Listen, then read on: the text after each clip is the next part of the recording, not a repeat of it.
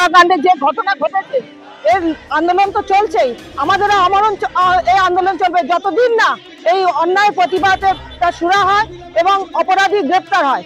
এইভাবে চলতে পারে না। আজকে মা বোনেদের যে ধরনের নিরাপত্তা অভাব বোধ করছি, এই নিরাপত্তা আমাদের সুরক্ষিত করতে হবে। আমরা সুরক্ষিত না হওয়া পর্যন্ত আমাদের এই লড়াই চলছে, এই অন্যায় প্রতিবাদ আমরা করে যাব। আর আমাদের আইনের শাসন আমরা সব সময় চাইবো যে আইন সৎপথে গিয়ে সেই অপরাধীদের সুবিচার হোক। আমার নাম Papiya Mondal, Basirhat civil court bar association সহ সভাপতি।